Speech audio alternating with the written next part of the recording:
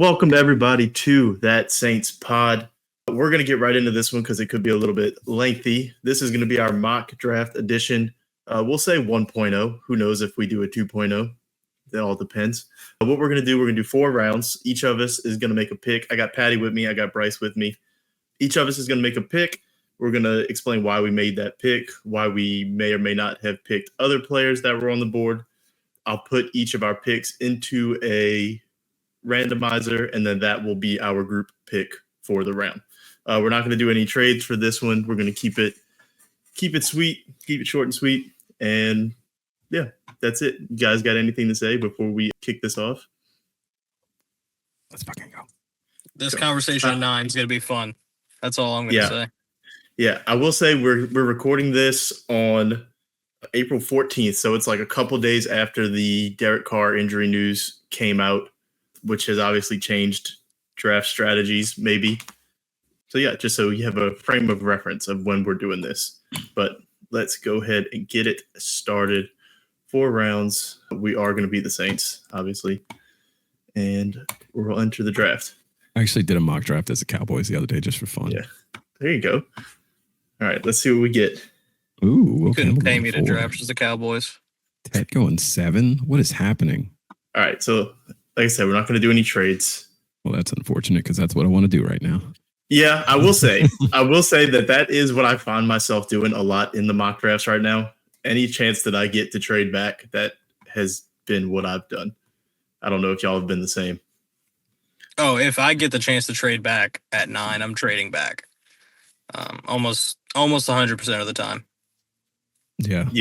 It'll be interesting to see how that plays out draft day, because obviously a team has to want to trade up with you, right? And it doesn't seem like that's a big thing right now.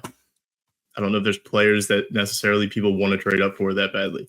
But anyway, let's see what we got. So as expected, Cam Ward, number 1, which is sad for me. That is my must-have player of the draft, and sadly we have no chance at him. Travis Hunter, Abdul Carter, Will Campbell goes at 4. He's probably the first, not surprise, but he's projected to go anywhere from 4 to 9 to past us, right? Mason Graham, Tyler Warren. I have no idea how to say Tet's name, so we're just going to call him Tet, and Kelvin Banks Jr. So at 9 on the board, best players available are Ashton Genty, Shedeur Sanders, Armand Membu, Will Johnson, Jalen Walker, Shamar Stewart, Matthew Golden, and you can see some more right there. So, Patty, I'll just let you make your pick first and explain why, and then I'll go, and then Bryce can go. Why are you making me go first? I'm just curious. You're on top. Oh, okay. Let's see.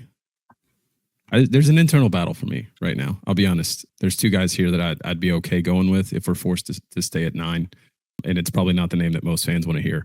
I'm back and forth here between Ashton Genty and Armand Membu. Gun to my head, I think I'm going Membu here, if I'm even saying his name correct. A lot of upside there. He's at 8, offensive tackle out of Missouri. I don't know if you're scrolling down to see more. Yeah, I'm seeing. I'm just showing some more names that are there. Oh, okay. Yeah. I'm a big win in the trenches guy. I think you build from within, unless you can get a quarterback that you truly believe in. And I'm also a big best player available guy. Now I know there's a lot of different things I just said there that could still match up to the players that are on the board, right? Best player available could be Genty, according to this. Some people believe in Shedeur as the quarterback. In my situation here, I think I hope that somebody wants to trade up for either Genty or Sanders.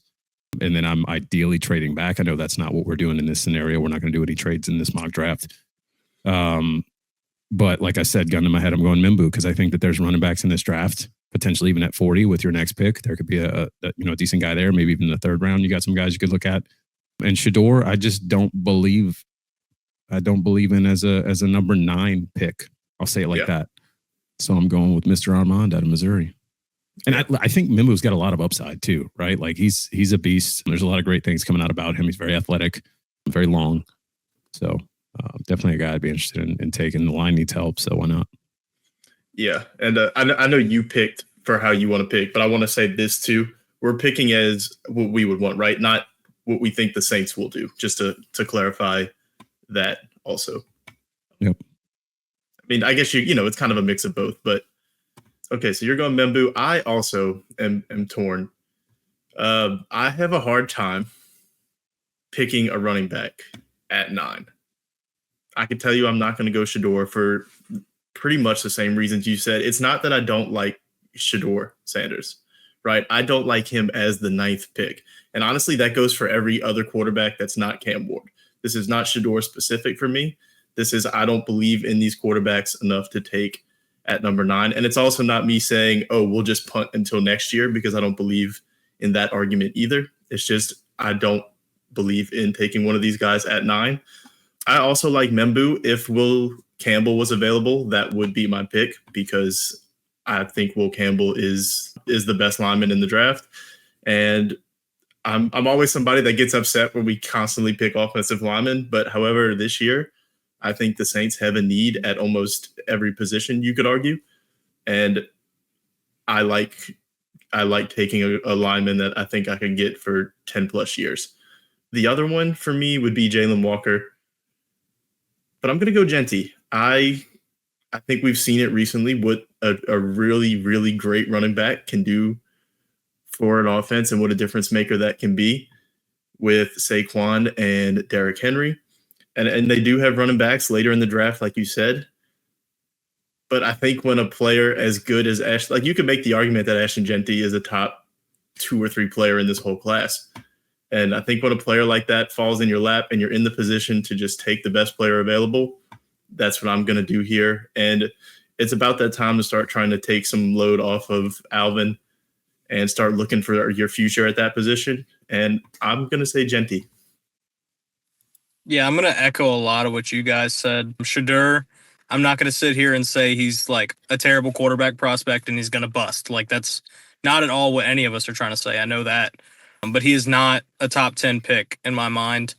He reminds me a lot of Geno Smith, which Geno Smith, if you look at him in the current NFL landscape, he just got traded for some good capital and then signed a very big extension. So that's not to say Shedeur Sanders can't be a top 10 quarterback in this league. It's just, if you're looking at Geno Smith, you're not using a top 10 pick on him, especially with the talent that's on the board. So I would come down to Genty and Membu as well. I think Genty is a generational running back prospect. I truly do believe that. A lot of people compare him to, LT, a more athletic Marshawn Lynch. Just the fact that he fights through every piece of contact. You're not going to bring him down with arm tackles. You have to wrap him up. And even when you do, he's going to find a way to bounce off of you. And then you look at Membu, Patty, like you said, super athletic, long arms. A lot of people were saying that, he could be a guy who kicks inside the guard, but then he comes to the combine and just blows it up as a tackle, and everybody's like, no, he's got to stay outside because of everything he brings to the table. So just like you guys, those are probably my 2 picks, Genty and Membu. But if I had to pick one, I'd probably pick Membu, and that's because we've seen Trevor Penning go from somebody who cannot be on the field to somebody who, I'm not going to say he's a complete bust, because he was, sorry about that, light in the car went off. He was somebody who stayed on the field a little bit more last year, and he's also somebody who could benefit, I think, from kicking inside. So if you take Membu and you put him on the right side and let Penning find his space on that line, or even be the swing tackle, be that 6th offensive lineman coming off the bench, I think that sets us up for success. And it gives you bookends of 2 really impressive young tackles, with Fuaga coming in last year and being a really impressive left tackle as a rookie. Put Membu on the other side. And then as we move to 40, we can look for another running back. They've got a ton of guys, Quinshon Judkins, Trevion Anderson, ton of talent later in the draft. Yeah. People don't it feels like he just was drafted yesterday, but Penning's also in the last year of his deal. And that's something I think isn't being talked about enough. At this point in time, the Saints, I don't think, are going to re-sign him unless it's super cheap, right? So you do have to kind of start to fill that void. We can spend a couple more seconds here on these hypotheticals for this pick, because it's the most important pick in the draft. Hypothetically, if Tet was still on the board, would that change your mind? No. Either one? No? Not for me. No, I'm still going Membu if Tet's there. Is it because of the offensive line need, or is it more anti-Tet? I think it's a combination of both. I don't know if I believe in Tet, and this is silly. Like, I was kind of high on Tet like 3 months ago. I was like, man, big body guy, put up good numbers. Looks like he translates really well to this offense.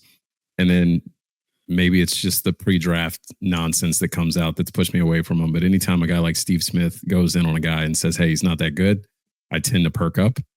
And I'm just going to lean. Like, it sounds silly, and it doesn't say a lot from my knowledge of ball, right? But I'm believing in Steve Smith's assessment here. And I'm not saying that Tet's like bad. I just don't know if I pick him at 9. I think that, maybe he becomes just a guy, and you're frustrated by that, especially at that position. That's the thing with this. Go ahead, Bryce. I think Tet has too many question marks for me. I mean, you look at him on paper and it's like, wow, a 6'4" receiver who high points the ball and is super athletic, and what's not to love. But then you hear all the the interview coming out where he's saying he struggles to watch film, and like you said, Steve Smith went in on him, and it's not like Steve Smith's my favorite guy in the world, especially being a Saints fan, having to watch him in Carolina.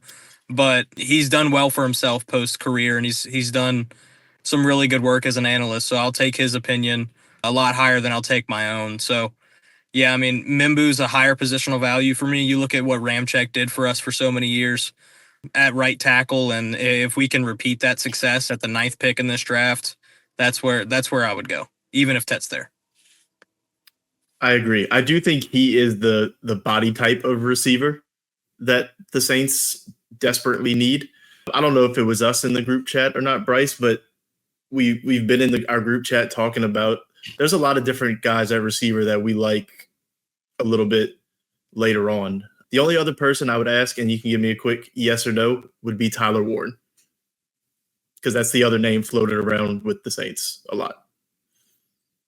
Again, I don't think so. I think if I'm going to have the mindset that I'm taking Warren there, I might go Genty, because I think like the drop off from Warren to some of the other guys I'd want to target later is not massive. I feel like the drop off from Genty to other running backs in this draft is a lot bigger than drop off from Warren to other tight ends in the draft. And I know that sounds silly that I'm comparing these two positions, but just that mindset is what I'm getting out of here. It's funny you say that, because like my argument for not taking Warren would be like what you just said. I think there's other really good tight ends that you can get later, which you can also make the same argument about Ashton Genty. But for some reason, I'm willing to take Genty and not Tyler Warren. I can't really explain why. I guess I just value the running back position more than the tight end position. I think it's because Genty is that generational talent, whereas Warren could just be a really good guy. Like he'd be a Pro Bowl tight end. Yeah. Does it change it at all for you, Bryce, if he's there? So if we're looking at it from what I would do perspective, no.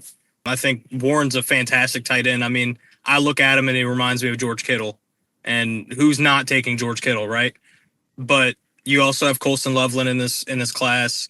You have Mason Taylor in this class. You have Harold Fannin in this class, who I think are all going to be starters in this league within the first 2 years. So positional value, it's hard to look at a tight end at 9 and be like, yeah, I'm taking him there. Of course, you have Brock Bowers and Sam Laporta from the past 2 years who have made us all look silly as rookie tight ends. But no, I mean, if we're looking from what I would do, I would say no. However, I do think in actuality, if Warren's there at 9, the Saints are probably going to take a look. Yeah. And I wouldn't be mad at it at all, right? Like, I think all three of these guys that we've mentioned, or the good bit of these guys we've mentioned, I think I'd be okay with if they took them. Even Shedeur, if Kellen Moore believes in Shedeur Sanders, I'm riding with it, whether I agree with it or not. Oh, so the randomizer picked Membu. The odds were not in my favor there. So I wouldn't have got it if it would have went Genty. I would have just been like a disappointed. Yeah. Okay. Yeah. Yeah. I think it being Genty would have changed a lot in this second round too, because I think that completely changes your strategy if you go skill position in the first round versus in the trenches. I heard your reaction there too, Patty. Yeah, I'm just watching how this draft's folding out, and we're gonna go up and see, because there's been a couple. Yeah. Just in general, like the way all of this is falling. My reaction, because it's right here, Travion Henderson going 1 pick before us. That hurts. That hurts. That hurts. All right, so we can see what we got right here. I know Shamar Stewart is a name that a lot of Saints fans are familiar with right now because he is a Raz score darling, right? But 1.5 sacks being that athletic is extremely concerning. Yeah. So For I sure. don't love that. The team that I think we're all kind of hoping for might trade up with the Saints does end up with Shedeur. They trade, I don't know who was at 17, but they trade up and take Shedeur. The Steelers. Was Genty the one that made you go ooh? Yeah. Going all the 22. way at 22 is kind of nuts. Yeah, scroll back up actually. I want to see. He was definitely the first running back taken, right? Yeah, Yeah. Mario Hampton went a few picks later. Yeah. Genty going to a Jahad. hardball offense there. God. Yeah. That's a I mean, good that's a sick, that's a great spot for him. But if he really falls that is. far, it's gonna shock me. Oh yeah. Yeah. Colston Loveland is another guy I really like going to Los Angeles. There you go. Mario Hampton to the Bills. That's an interesting pick right there. It's one of those teams that's just really good, right? And they can also kind of just go best player available. And you pair him with James Cook. That could Talk be about really James Cook's having that smashing contract people in the dispute right mouth. now too. Oh, that's right. Yeah. That's He true. wants like 15 mil a year, and Sean McDermott's like, son, you are not Saquon Barkley. So I Yeah. mean, that's although it looks really random on paper, put in perspective, not a terrible pick from Buffalo. Yeah. So what other receivers went? Matthew Golden went. Luther Burden. Then we get into round 2. Milroe goes to the Browns. So there's the third quarterback off the board right there. Yeah. Not extremely shocking. I think Milroe could probably be the third guy off the board, and it could even happen in the first round. Yeah, I feel like we end up seeing a third quarterback at like 32. Yeah. I'm getting that Lamar Jackson feeling again. Yeah, and I think just especially with a guy that's a project, right? Which is almost all of these guys having that extra year with the contract, I think is huge. Here's the thing too, like Milroe, extremely high upside. Like we've had this conversation a lot when we talk about quarterbacks. You know, he's got an elite trait, and not a lot of these other guys after Cam Ward have anything really elite going on. Now, there's some things about Tyler Shuck that people really like. But yeah, I mean, that elite speed and the ability to be coachable, he's continued to get better in college year over year. So yeah, and that's kind of been my argument. That's kind of been my argument against Shedeur. Like if I'm gonna, so at the 9th pick, you can't afford to miss on that pick at all, regardless of position. But my argument against Shedeur is if I'm gonna take a chance on a quarterback, at least in round 2, maybe, I want there to be an elite trait of some sort, and Milroe has that elite running ability, and you hope that your new offensive head coach can kind of figure it out, especially coming from an offense with a similar quarterback. But he isn't there for us. Mason Taylor goes at 36. He seems like he's starting to fly up some draft boards a little bit. Yeah. Trey Harris goes. That's another one. Caleb Johnson, Travion Henderson. So we got there's 4 running backs off the board already. So we'll let Bryce go first here since he went last time. Bryce, just tell me what you want me to do as far as looking at prospects, and I'll make it happen. Yeah. So go ahead and click on running backs for me. While you do that, I'm going to talk about the top guy on the board that we saw just now, and that's Jackson Dart. Mm-hmm. So you don't take a quarterback at 9. You pass up on Shedeur. You see Jalen Milroe go with the first pick in the second round. So Jackson Dart, to me, is kind of the last one left of that top tier, or that second tier, really, because Cam Ward's in a tier of his own. But then you look at Shedeur, you look at Jalen Milroe, and you look at Jackson Dart, and to me, they're all kind of in the same tier in the sense that they could all go anywhere from middle of the first round to top of the second. Obviously, we know the Saints are in a situation where quarterback is something we need to add, whether it be early, middle rounds, even taking a flyer on some free agent that's out right now. Just we need to add somebody into that room with Derek Carr being out a full season. And I have been on record to say that I like Jackson Dart a lot. A lot of people don't, and I understand why they don't. A lot of people talk about the system he was in at Ole Miss. It's hard to judge a quarterback coming from Ole Miss when you're in a Lane Kiffin offense that relies on a 3-step and throw, a lot of RPOs. But what I've seen from Jackson Dart is when the play breaks down, he still makes it work. And you haven't seen that a lot from Shedeur, who had one of the highest sack rates in college football Jalen Milroe, obviously, like we talked about, elite trait when it comes to running with the football. But when you combine the running and the passing, I think Jackson Dart brings that for you. As far as the running backs go, I do like Quinshad Judkins. I don't know if I like him as much as others, and I don't know if I like him this high. And then the third name, Cam Scattaboo, everybody's favorite, the great white hope at running back. I mean, 5'11", almost reminds you of the muscle hamster Doug Martin in the way that he runs. And I just love him as a player. He was electrifying during the college football playoff and became a national darling. But I talked about him enough. My pick here would be Jackson Dart. Okay. Of Judkins and Henderson, are we all on the Henderson train more than Judkins? Yeah, to me, Henderson's more of a home run hitter, does a lot more in the passing game, and he's actually a better pass protector too. So that gets him on the field earlier and often. Yeah, I want the home run speed. I feel like that's something the Saints are missing at running back for sure. I mean, Judkins still gives you a ton of speed, a ton of athleticism. He's not as polished, I think, is the argument I have as far as Henderson goes. I think Henderson's a better overall running back. You mentioned being able to stay on the field, pass protection, like that's very important. People don't think about that a lot. Yeah. But there's still a lot of good with Judkins. Oh, yeah. Yeah. All right, I'll go. Let's see. So this is exactly why I'm praying you can trade down in the first round. There's a ton of names here that I don't know will be on the board when we pick again at 71 that I really like. I think I like Dart here too, but I'm gonna do something different just for the sake of being different. Man, this is tough because I want the running back. I like Judkins. Jaden Higgins is my guy. He is my favorite receiver in this draft. It's a reach to take him here, though. I'm in a tough spot. This is tough. This is really tough. Man. I'm going to do it. I'm going to take a reach a little bit here.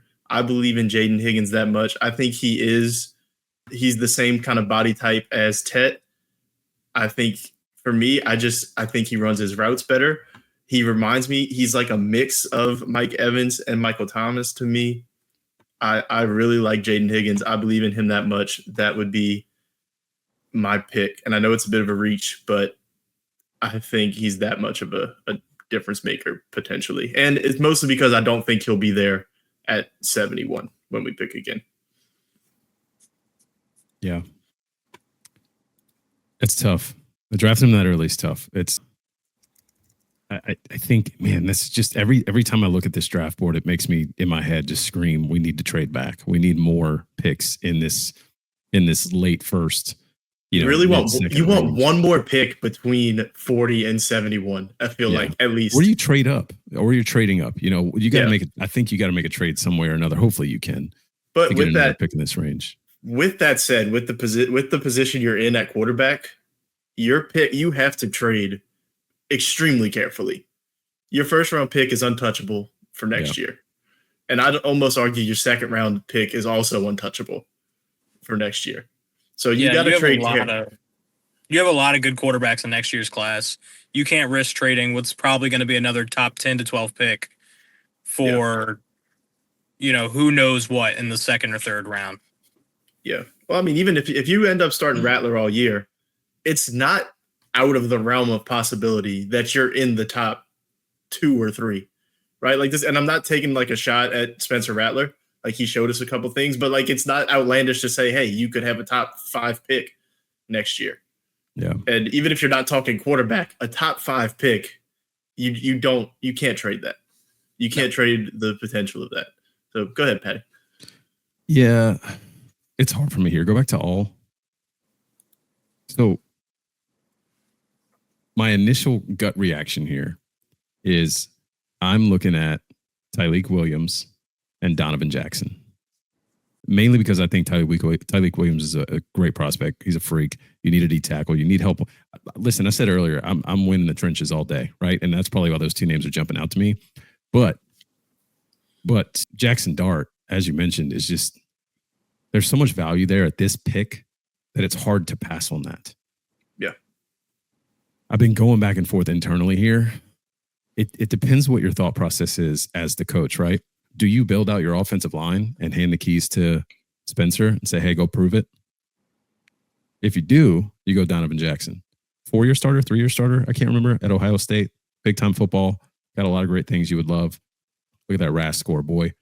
You know what I mean? Started 31 games. Yeah. He's a big guy. Oh, he's listed as 6'3" there. I thought he was 6'4". He's a big guy, and he's always. This says 6'3". This says 6'4". So yeah, there you go. There's some things he needs to work on. You know, from a technical standpoint, I think they mentioned he has difficulty getting a wide base. He kind of gets pushed around at times, which makes me lean. Click on Tyreek Williams. I don't know enough about, like, I've heard good things, but man, it's hard for me here. It's weird to go to Ohio State and not have a RAS score. Usually anybody from a big school has one. Probably just didn't test is really what it is. I know he's an athlete, though, from what I was reading. Give me Tyreek Williams. I want a big defensive tackle. Look at Kenneth Grant. I don't know their numbers enough. Kenneth Grant is a massive human. He's like, yeah, he's big. Because I was thinking while you were talking about Tyreek Williams, Kenneth Grant's a guy who's probably going to go in the first round, and he's like massive space eater who also has some impressive athleticism at 330 pounds. Yeah. 331. I mean, just reading this is pretty impressive. It's hard for me. I haven't dug deep enough about defensive tackles at this position or at this spot in the draft because I've been looking admittedly at the quarterback and running back and maybe even tight end, like more sexy picks. Maybe I go Kenneth Grant here. I'm gonna lock that in. Let's go Kenneth Grant. See what the randomizer gives us. Okay. I think, and the reasoning is, if I have more of a reason here, you need help on that defensive line, right? Like they've invested a little bit, but you're getting old with Cam. I know he's a defensive end. You know, you got Bryce, who's a young guy. They just signed. Who they just signed? I'm trying to remember. Or did they trade for somebody? I don't know. I remember him signing somebody, but I don't think it was a big enough name for us to. It's not a big name. You need help there. You're going to need to build depth regardless, and you need another disruptor because your defensive line has not been doing what they should. You're not getting enough pressure. You're not getting enough sacks, and you got to figure that out. So, give me Kenneth Grant. Yeah, so the randomizer chose Jackson Dart. Okay, which I kind of like. I think that makes for a more fun draft.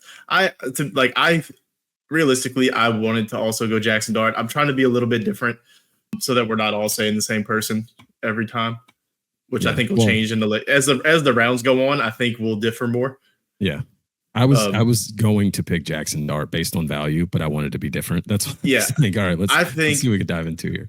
I think if you can get Jackson Dart at 40, you do it. And I kind of feel the same about Milroe. I think both of them, for me, if they're there, I'm okay with that. Then I kind of want to take the best of those two. The last thing I'll say about Dart before we move on, with Kellen Moore coming from Philly, I think you can see a lot of the same things you see in Jalen Hurts and Jackson Dart, especially coming out of college. Like Jalen Hurts at Oklahoma was a phenomenal player, did a lot on the ground, which if people don't know, Dart did a lot on the ground at Ole Miss. I think he had like over 500 rushing yards. Like he was really impressive with the ball in his hands. But a lot of the questions about Hurts is he going to be ready? And, you know, he was picked right around this same spot, if I remember, kind of middle of the second round. So, you know, if you look at Jackson Dart and you see something similar to what you just saw in the Super Bowl MVP Jalen Hurts, hard to pass up on him at a second round value. Yep. So Jackson Dart is our pick. So we have our tackle of the future, potentially our quarterback of the future in the first two rounds. And now you get this big weight, and this hurts to watch, to be honest. Like it's all players you like, and they're just okay. So Jaden Higgins went 55, so he wouldn't have made it back to us. They had him as the 64th player when I picked him, so he went a little early there. I think Higgins just went to the Chargers too. So if the Chargers start their draft with Higgins and Genty, that's a nice draft. Their odds on DraftKings for winning the division are going to go up a little bit. Yeah. All right. So what do we have after us? Where are we at? Emory Jones goes. Oh boy. As an LSU Kenneth fan, Grant. that's a terrible pick. I was thinking that. I'm not even an LSU fan. Seeing him at 41 was shocking. That's a fourth round prospect for you. So Kenneth Grant goes a few picks later, right there. Donovan Jackson also goes a few picks later. Receivers are going quick in this draft. It's a lot of receivers in the first 55 picks. It's kind of bumming me out. Yeah. Anybody else catching your eye as I'm going down? Oh, well, as an LSU guy, look at Braden Swinson there. He's got a lot of bend. He's really athletic, and especially the Bengals taking him when they have the whole question mark around Trey Hendrickson. If you're an LSU fan, you would be super excited to see Swinson go in a position like that. Yeah. Keep going. Denzel Burke. All right, so we are in round 3 now. Patty, we'll let you go first again. Just keep snaking this thing. For sure. Give me Quinshon Judkins. Again, value. That. Like that's, we went Jackson Dart because of value. Here at 71, Quinshon Judkins still on the board. I kind of talked about why I liked him earlier. Super athletic. He's very quick. I think his RAS score is like a 999, which we're the Saints. We love RAS score, right? Click on it. Yeah. 99. Yeah. Listen, 5'11", 221. That's stocky enough. You mentioned earlier, like, we need help. I've been saying for 3 years, probably, Dave, even on like our original Who Ever Knows podcast, I think the first time we connected, we're talking, what are the needs for the Saints? Running back every single year, running back. Yeah. So I think you have to get a running back, at least with some upside, that can take some stuff off of Kamara's plate. Taysom probably coming off injury. Who knows what he's bringing to the table? You don't know what you're getting out of anybody else in that running back room at the moment. It's going to be tough. I mean, I see Harold Fan in there. I know that's probably going to be an argument. Go back to quarterbacks. I want to talk about one more thing real quick. This is a position where if you didn't take Dart, the Saints like Tyler Shuck. Everybody in the world, well, not everybody in the world, a lot of people right now are in love with Tyler Shuck. A lot of good things and upside there. There are some question marks. I got a friend that's banging the table for him saying, he's basically a perfect prospect. I see some issues with him under pressure that concern me. And I think you got the same thing with that in Spencer already, but maybe worth a shot, here at this pick. I mean, his only real issues in college so far is that he's broken some bones and hasn't been on the field. And he's older because of that. He probably leaves college a little earlier if he can stay healthy. But he's also only I think to the day, like a year older than Rattler. Yeah. Yeah, I mean, you potentially don't see him at this pick, to be completely honest with you, just based on the way people are talking about him. That's what I was going to say. It wouldn't shock me if he was the pick at 40. Yeah, I mean, or if he's somebody they trade back into the second round for. I mean, there's some draft pundits that are saying he could sneak into the first round, which is insane to me, but you could see it. You've seen crazier things. We see something like that every year, right? Yeah. Like somebody, we saw it not necessarily with quarterbacks, but like last year, everybody was shocked when the Lions took running back. I'm blanking. Gibbs. Yeah. Everybody was like, why would they do that? Turns out they were right. Like, we see monster. We see it every year.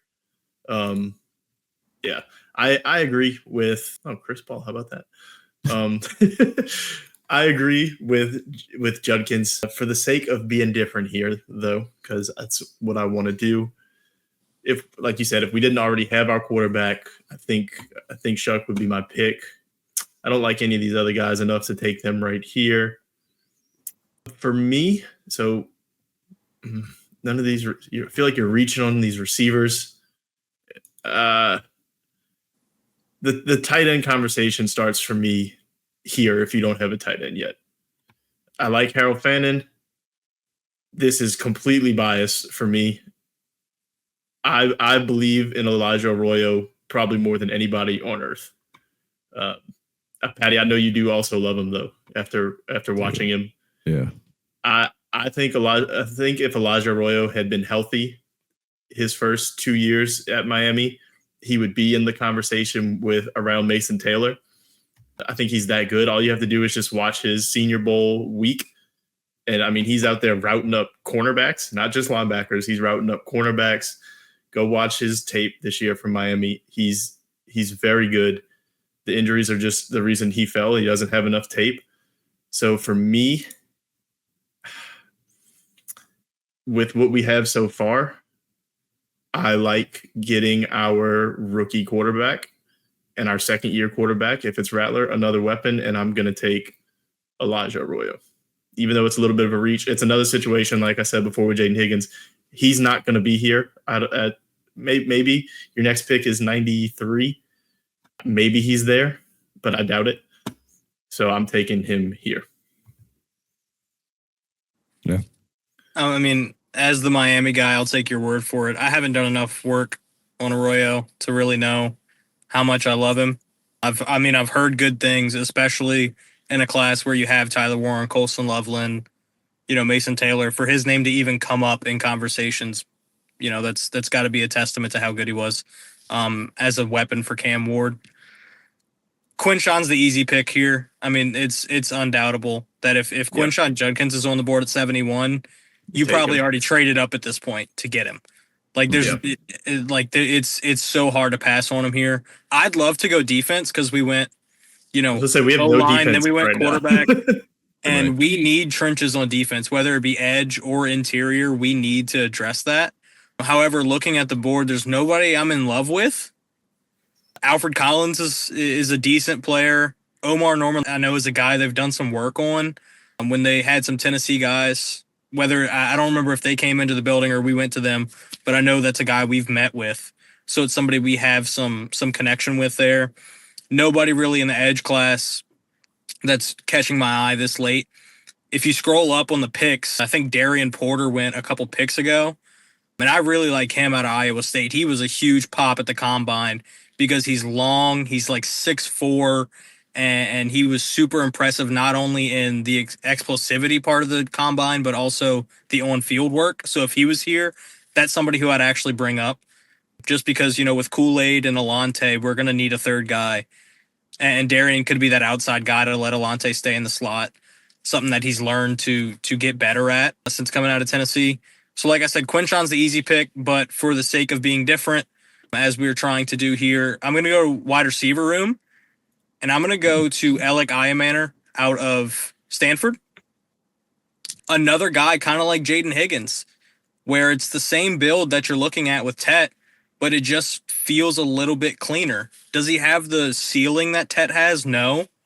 But for him to be a Stanford prospect, who Stanford obviously not a powerhouse in college football right now, for him to be a Stanford prospect, I know, he's like 6'1", 2, whatever, but he plays a lot bigger than that. I watched him play, and for some reason, Michael Pittman Jr. was the name that came to mind.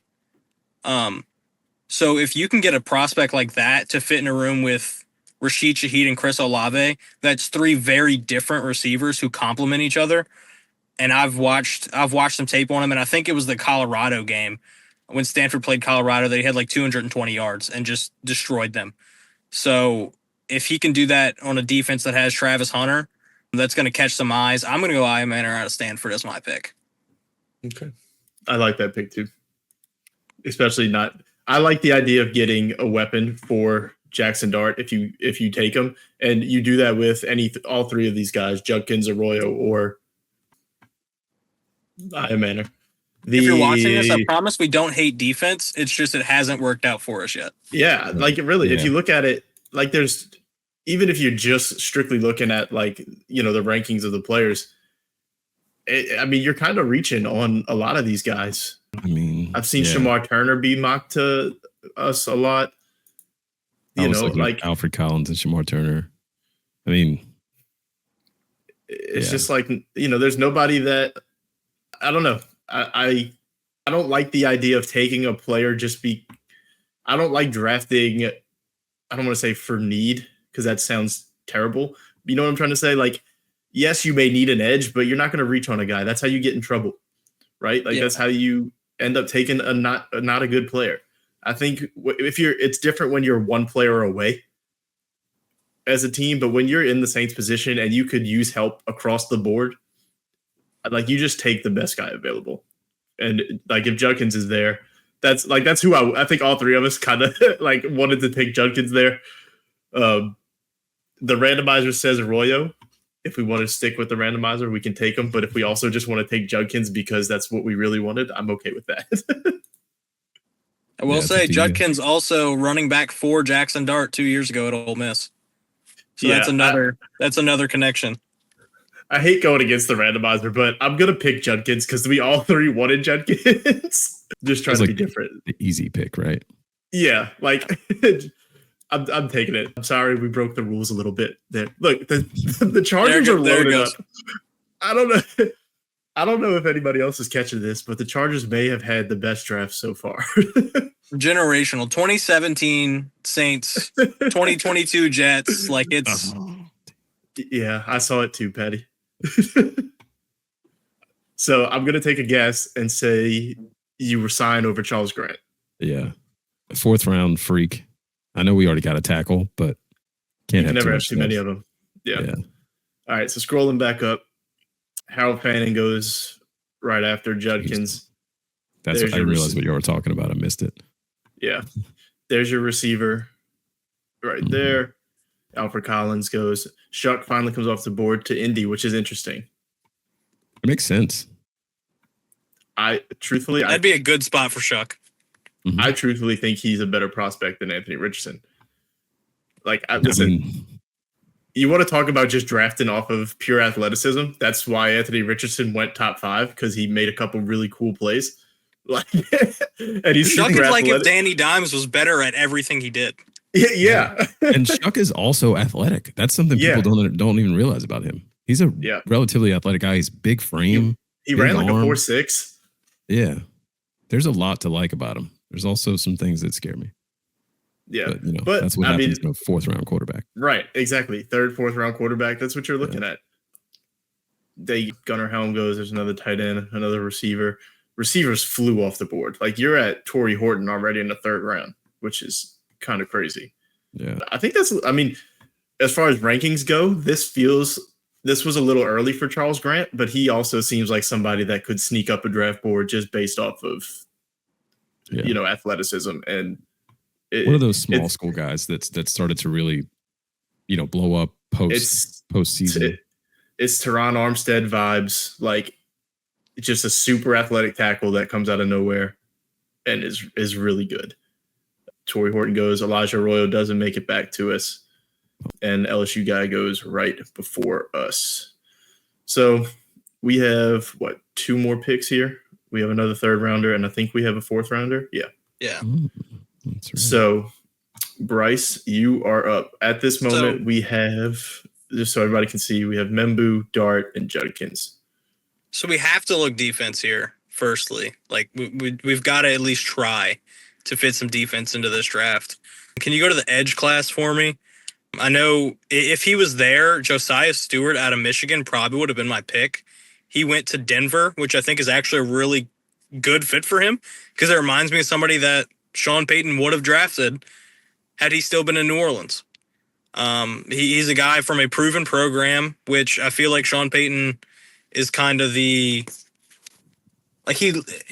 such an enigma when it comes to drafting because we take guys like Peyton Turner and Marcus Davenport who were such huge projects, but then we also would take people from, like big schools who showed a lot of production. So it just really depends on the draft, I guess. Here I'm looking at Kyle Kennard. He's a guy who I watched a lot of because South Carolina was on TV a lot. They had a really good schedule. I watched him play against LSU, and it felt like every snap he was giving Emory Jones the fight of his life. And now I know Emory Jones had a very down year compared to what he did his first 2 seasons, but Kyle Kennard was a fantastic player out of South Carolina. He's got perfect size for the edge. You look at that RAS score and this Mickey Loomis's ears are perking up. So, Kyle Kennard is a great player. I like Gelati a little bit out of Louisville. I think he's more of a run stopper only. He's got a high motor, in my opinion. Like he if you watch him play, it's like, he's playing through the whistle for sure. He doesn't have wonderful technique. He doesn't have a super explosive get off from what I've seen on tape. I like Kyle Kennard a little bit more. I think he has a higher ceiling. I think he's a little bit more athletic. I'm not even going to take a look at the other positions. I'm going to lock it in. Kyle Kennard out of South Carolina would be my pick here. Yeah, that's a good one. Kennard. Yeah, I'm also going to look at defense. I want to see what offensive guys are here. Let's go to just to see what we're we're looking at. Scadabo is still there, which seems fair. Yeah, we're definitely in the defensive range now. I mean, maybe Will Howard, like if you haven't taken a quarterback yet, I'm willing to take a stab, but probably 4th round for him, if anything. Let's see, edge. I really like Tyler Barron. It's just, I know it's a Miami guy and I'm a Miami fan, but it's somebody I've watched play a lot, so I feel like I've seen him a ton. Mm-hmm. Another guy with injuries that I think injuries are a concern. Strong guy off the edge there. It's a little early for Stutzman. I don't want to take the same. I don't want to say the same thing as you, but you're gonna make it really easy if you do. Yeah, like I agree. I really like Tyler Barron, but it feels a little early. The injuries do concern me some. So I'm also gonna say Kyle Kennard. I hate doing this and taking the same guy, but no, yeah, that's where I'm at. No, I think you're both right. I think that's the pick. That was the first thing that jumped out to me before you guys even started talking. Like if you weren't gonna go through Kyle Kennard, I was going to. Yeah, I mean, I don't have a ton to say. Like, I just looking at him, seeing, actually getting to see him play. Maybe that's why he's jumping out to me. Like, I don't know if I watched. I think I did watch the LSU game, and I remember him just beating the brakes off Emory Jones, which is why I have such a bad taste in my mouth about Emory Jones, who also went in this draft in the second round. Way too high. It doesn't matter where he went; it was too high. Yeah, yeah. So I'm also locking in Kyle Kennard, but I go to D tackle real quick. I couldn't remember who was there. Yeah, not a fan. Yeah, see, there's some other guys I like, but it just feels early. Yeah, go to offense too, real quick, just in general, just so I can see. I know you were looking through it. Yeah, DJ Giddens is interesting. You've already got your running back. I really like DJ Giddens. I would take him over Scadabo. I know a lot of people like Scadabo. I think DJ Giddens had a down year this year. And that's why he's being looked at, later. I think coming into the season, people were really high on him.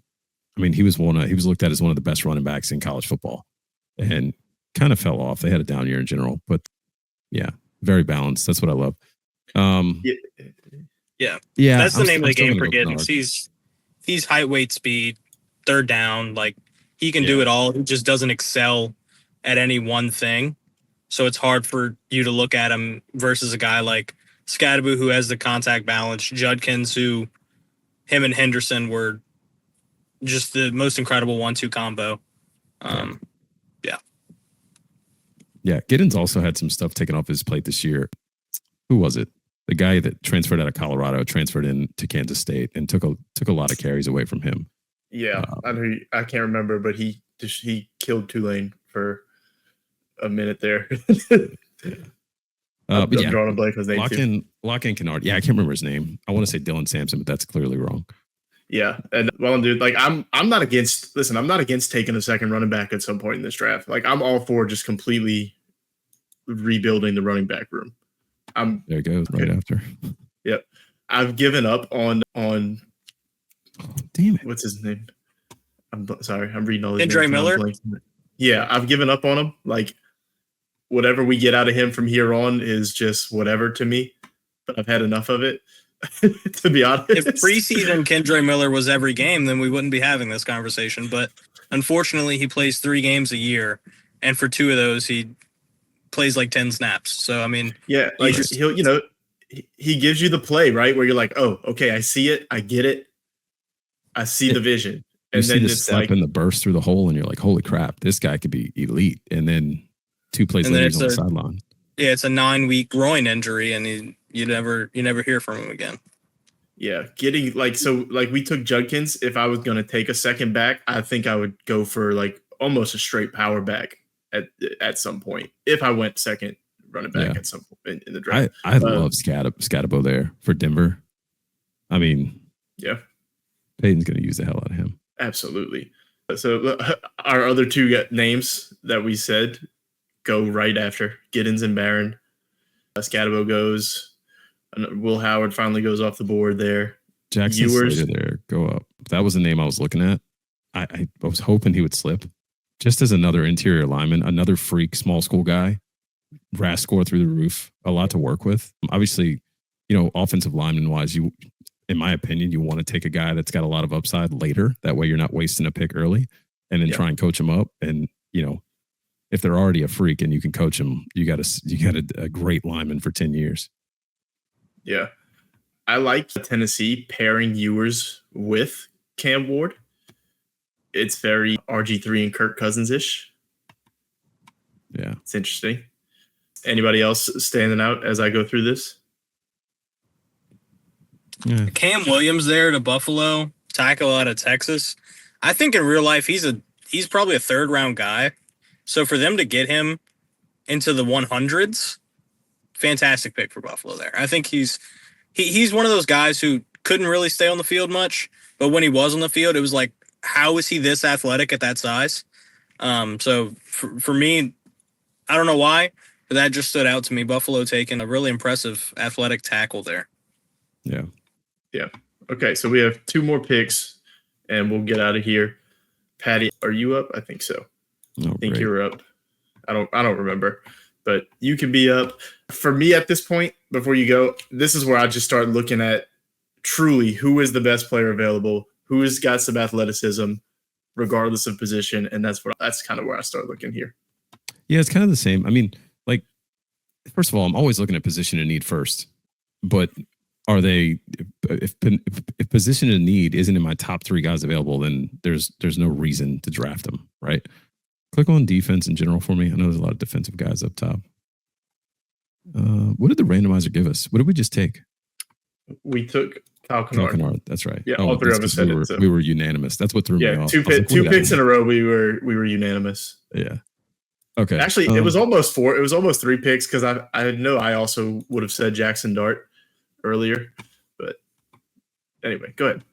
Yeah, this is where it gets tough for me, to be honest, because there's a few names here that I'm just like, I like Kobe Bryant. I know a lot of people aren't really talking about him. He had a great year in Kansas. No RAS score there, which is fine. Yeah, a natural ball hawk. That's the first thing that jumps out to me. I just remember watching him, and he was everywhere. So maybe at this position, you need another corner. He can play outside. I'd really like that. Let's see what else we got. Yeah, Malachi Moore is probably a name people are going to look at here. I'm not super interested. Go to offense. I know Xavier Restrepo obviously had the horrible numbers, but a guy that's been able to route people up just knows where to sit in a zone. Like, a lot to like about him. You're later here. Maybe you take a flyer. I can speak to him for sure. He's definitely just put on the tape kind of player. Now, like, he's not going to blow anybody away with speed, right? Like, his 40 was bad. I don't think he plays that slow, but he's the all-time leading receiver at a school that had Andre Johnson and all those guys. Like, he's got talent there. I think he'd be a good weapon for any young quarterback, right? Like a nice, reliable target if you did take him. Do you look at Miles Frazier here? Maybe you guys can speak to Miles Frazier a little more. I don't know too much about him. Obviously, he's an LSU guy. He's a guard. Yeah, Miles Frazier, a big school. He's an interesting guy because at LSU, it's hard to stand out when you have Emory Jones and Will Campbell on the outside. And he's a guy that really a lot of people didn't realize how good he was until the Senior Bowl. And during the Senior Bowl, he was taking interior snaps and then kicked him outside. And he was really impressive at tackle. And then it was kind of like one of those things where it's like, man, we know Will Campbell's going to be good. He's going to be a top 10 pick. We know Emory Jones, how he was. He had a down year this year, but he's still a draftable player. And Miles Frazier was kind of like the third wheel of that LSU offensive line. And he's really just a solid all-around, like, he will play in the NFL type guy. You think of like an Ed Ingram who, just switched teams in the offseason. I think he went from Minnesota to Houston, but he's another interior offensive lineman. Anthony Bradford, Ethan Posich. LSU has a knack for these 3rd to 5th round interior offensive linemen. I think Miles Frazier is the next in line there. Yeah. No, that's great. I think just because it was the first name that jumped out to me, I'm going to go Kobe Bryant. Plus his name's freaking Kobe Bryant. And we'll just good reason. We'll just go with that. I'll let you guys speak to some of these other guys and see what happens with the randomizer. But yeah. Okay. So you're saying Kobe Bryant. Mhm. I think DB in general is a pretty big need. I think safety is kind of a slept on need for this team. Yeah. You know. Yeah, I mean, we Justin Reed and we have Tyrann, but Yeah. Tyrann's not going to play in the forever. future. Exactly. In the future, I mean, that's definitely a need. Yeah, that's why I was kind of looking at Jalen Reed. But like also in the fourth round, like you're probably not getting your safety of the future here. Like you're more like getting a role player. So I don't know. I don't want to reach on a guy. I'm gonna say Danny Stutzman. I think I think we need some more depth at linebacker.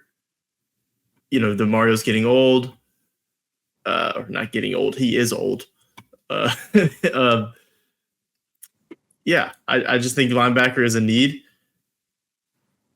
You're getting a linebacker out of one of the best, the leader of a defense of possibly one of the best defenses in the country. Yeah. I like Danny Stutzman. It may be a few picks early, but it feels like a good range for him. So I'll say Danny Stutzman. I also would have been okay with Jack Sawyer. We know the Saints love their their Ohio State guys. So I'd be okay with either one of those, but I'll say Stutzman. I will say I didn't see Sawyer's name out of the edge when we picked Kyle Kennard. I would have picked Sawyer over him. I think in Sawyer's a day 2 guy to me, so for him to still be here is wild. I don't think he gets as much love as JTT to Tuimoloau out of Ohio State. I don't think he gets as much love because he doesn't pop as much. He doesn't have the same speed to power. He doesn't have the same active hands. But if you go back and watch the college football playoff, Jack Sawyer is around the ball on every single play. So he's a guy who I would absolutely rank as one of my higher players on our board here. But we already took Kyle Kennard, and there's a lot of more interesting names, I think, that we can look at here. David Walker, another edge player I like. Smaller school, but super productive. D tackle is another need, I think, for us. CJ West is a really good player. He popped at the combine as well. Another guy people kind of shot up their boards once they saw what he did. And then Joshua Farmer is the last guy I'm going to talk about, and that's who I'm going to say is my player. He got kind of overlooked last season. I mean, it's hard not to when Jared Verse and Braden Fisk are on the same defensive line as you. But I watched Joshua Farmer, and I think he would be really good in what Staley wants to do, which is use the interior guys to stop the run and use your exterior guys to rush the passer. I know that sounds very typical of an NFL defense, but it's what Staley came to do with the Rams, but it's what he came to do with the Chargers, and it worked out really well for him in his earlier years. Obviously, had some falling apart later in his career, but I think Joshua Farmer is a really impressive player. That's who I'd say. When I watched him, I really liked him. And I think he'd be a great compliment to Brian Brzee. We know Brian Brzee is a fantastic pass rusher from the inside, and Farmer's more of a run stopper. So if you can get a pass rusher and a run stopper on the inside to pair with your new edge and Kyle Kennard, who can learn from guys like Carl Granderson and Cam Jordan, I think you're building a defensive line that's not only good right now, but will be good for the future.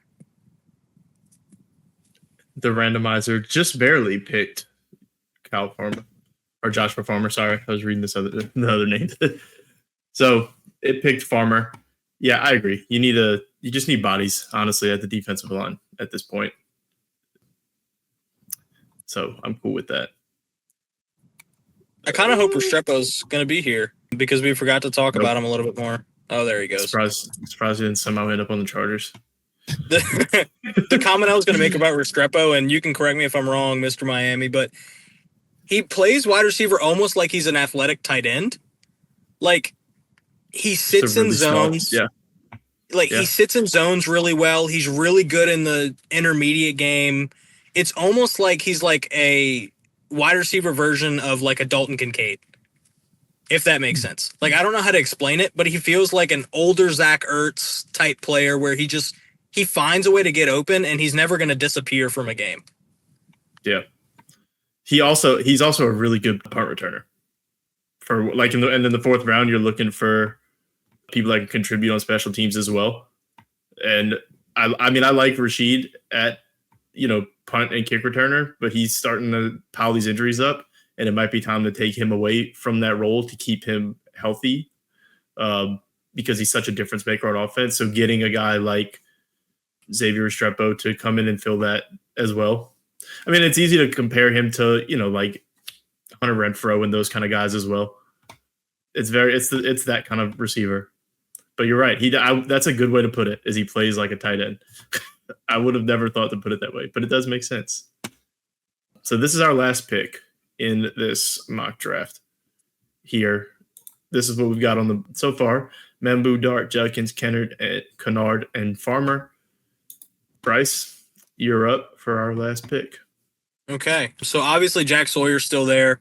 Quincy Riley out of Louisville, I think he almost reminds me of Alante, where he has that outside-inside versatility, and he did a lot in college and played a long time and played very well. So that's another guy you could add to the DB room. Go to the wide receivers for me. I want to see who's there at receiver, just because we haven't addressed that need yet.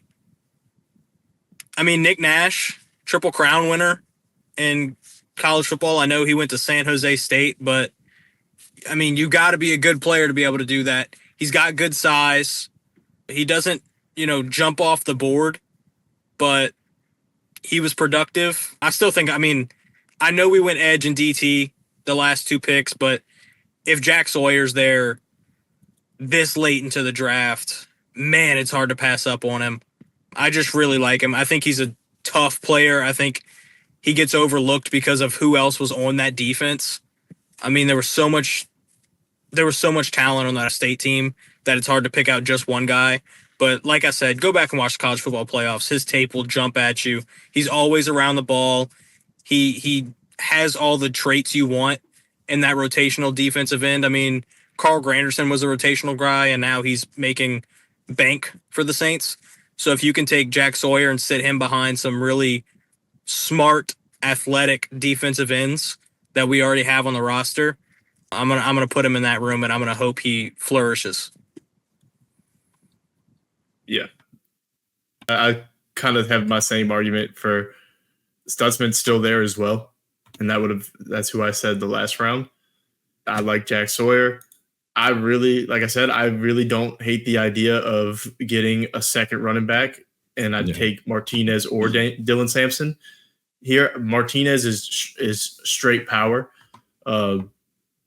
He was the top running back in the portal going into last year. He started off really slow in the first 6 weeks of the season. He lost 15 pounds from week 1 to week 6, and then his second half he took off. So once he got into shape, he became one of the best running backs in the country in that span. I really like getting him here. I'm kind of upset we didn't get one of the tight ends in this draft. I don't really care for any of these guys. That would probably be my, I don't know, if I had to pick a position we missed out on, it would be tight end. I'm going to stick with, what's his name?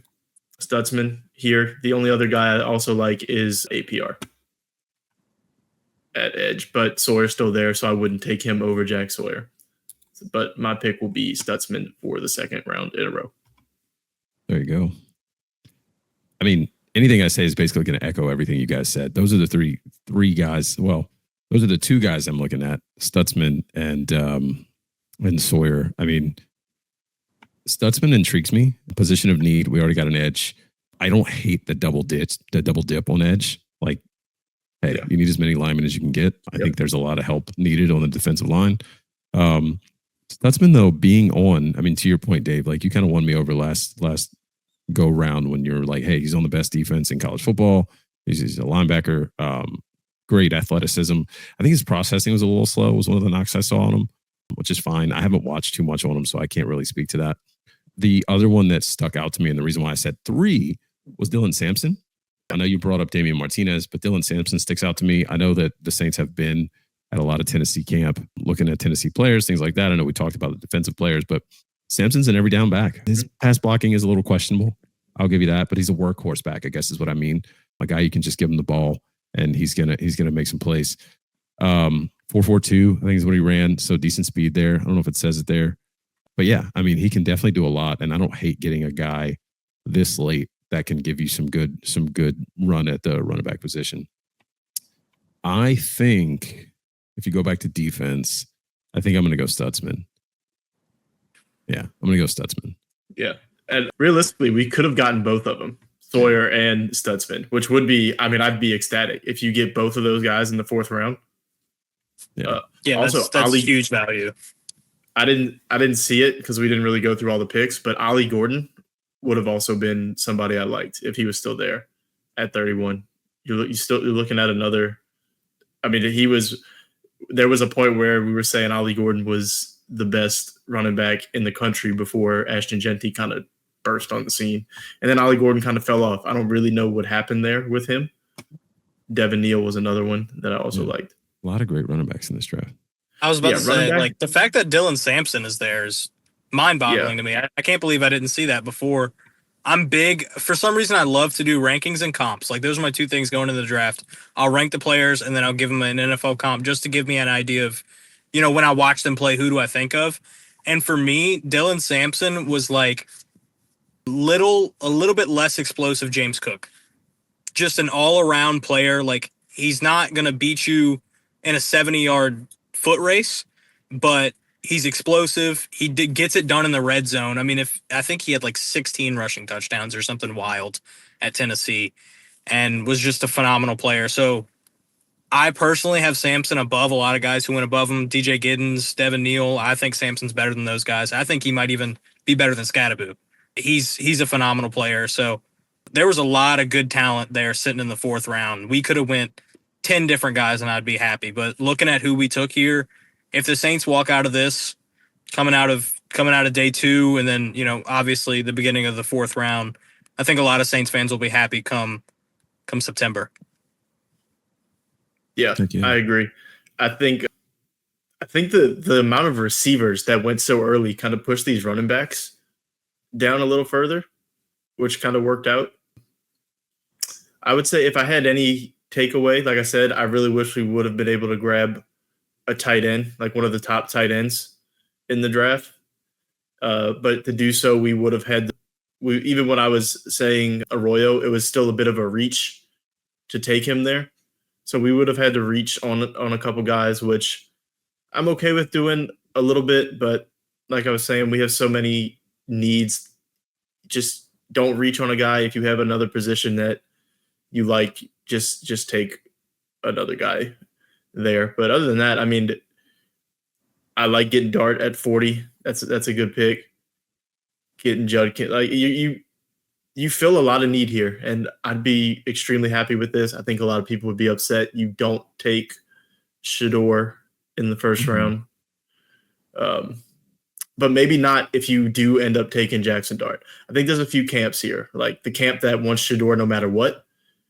And there's the other camp that's like they just want to get a quarterback with some real upside, not just take a dart throw on a guy, which is where I think a lot of people – there's people that feel that way about Shuck, right? Like they think he's just kind of a dart throw, whereas other people are higher on him and view him in the same class as Dart and like Milrow. So, yeah, but I'm happy with this. I like how it turned out. Yeah, there's value all over this board, and you hit a lot of positions in need. I'd be ecstatic if we walked away with this. It's not sexy. Let's put it that way. There's not the sexy names on here. Like people are going to want Shedeur. They're going to want, you're probably going to have fans that want Mason Taylor just because of the LSU connection.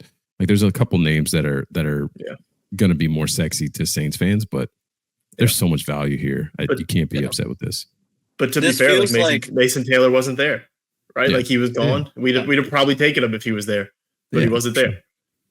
For sure. Yeah. I mean, to me, like you look at who we took here, and this is a lot of, we didn't hit any home runs necessarily, but we hit all doubles. Like this isn't a, wow, we're gonna ceiling out on a lot of these guys and they're gonna be all pros. But what it is it's a starters draft. And I think that's kind of what this draft is you go in and you get 3 or 4 guys who are going to start for your team for 7, 8 years. And I think we did that with this draft. And the last thing I'll say is I think we took a model that a lot of winning teams do, and that's how close are you to the ball when the ball gets snapped. And that's what we did. We took line of scrimmage with, Mimbu and Kennard and Farmer. We took a quarterback with Jackson Dart, who has not only has a lot of upside, but was a very productive 3-year starter in the SEC. And then you took Stutzman, who obviously is going to play up to the ball, and you take Judkins, who's going to get the ball in his hands a lot in the NFL, no matter what team he goes to. So we took the path of the Rams, the Eagles, the Lions, these teams that are winning, 10 plus games every season. What they've done is they've built through the trenches and added some skill players who help them on the back end. And I think that's what we did here. And that's what the Saints should look to do this year is, get 4 or 5 starters who are going to start for your team for an extended period of time and then drop those playmakers in who can get you over the hump. Yeah. I wouldn't even say starters necessarily. Like you're looking at the drafts are won in the middle rounds, right? If 93, 112, and 131 are solid rotational pieces in year one, like that's a win. Absolutely. And I do think all 3 of those guys can contribute right away. And obviously, Judkins and Membu would be day one guys that get immediate playing time. Dart, you don't know how that one turns out year one, but he's a piece of the future. I think the only other thing I would say to wrap it up is I really don't like that gap between 40 and 71 at all. Like whatever they have to do to get another pick there, whether it's trading back from 9, because there were still some really good players in the first round on the board. I would, whether it's trading back from 9, getting some more picks there, or trading up, like you said, Patty, I think you have to find a way to get one more pick in there somewhere. But yeah, and that's a good spot for a position that we missed out on in tight end and receiver. Yeah, like absolutely. Between 40 and 71, that's where your guys are going to go. That's where Jaden Higgins and Ian Manor, Jack Besh at receiver. They all went in the 60s, I believe. Yeah, and then Harold Fannin and Mason Taylor at tight end. Like those are 5 guys we talked about that we like, and we didn't necessarily have the chance to grab them. But if you can get another pick in there in the late 50s to early 60s, and you can lock down one of those guys, then Saints fans are going to walk away buying some jerseys from Fanatics. Yep. Pat, you got anything else to say? No, that's it. I'm good here. Cool. Thank you guys for watching. As always, let us know who you would have picked instead of who we would have picked. Let us know where we were wrong, because I'm sure that's what people will like to do the most. And let us know like your must-have guys. That's really what I want to know. Who are some must-have guys in this draft for people? If we have some time, we got 2 weeks before draft time. So if we have some time between now and then, maybe we'll do another one where we can make a couple trades or something like that. But if not, if this is what we end up with, I like it. Thank you guys for watching. Subscribe. Follow us at Be in the Know everywhere. Bryce, you want to shout out y'all stuff too? Yeah, at @off_the_dome pod on X, at the real B Duhorn on my personal. I do a lot of sports through there as well, just because sometimes it's a lot easier to just do it off your personal than to log into it a different account. So if you're interested in Saints content, LSU content, make sure to follow Off the Dome. We're on YouTube as well, so check it out. And you can follow me and Patty at the Dave Rainey, at the Patty V, and at Brew Bros everywhere. And that's it. Thank you guys for watching.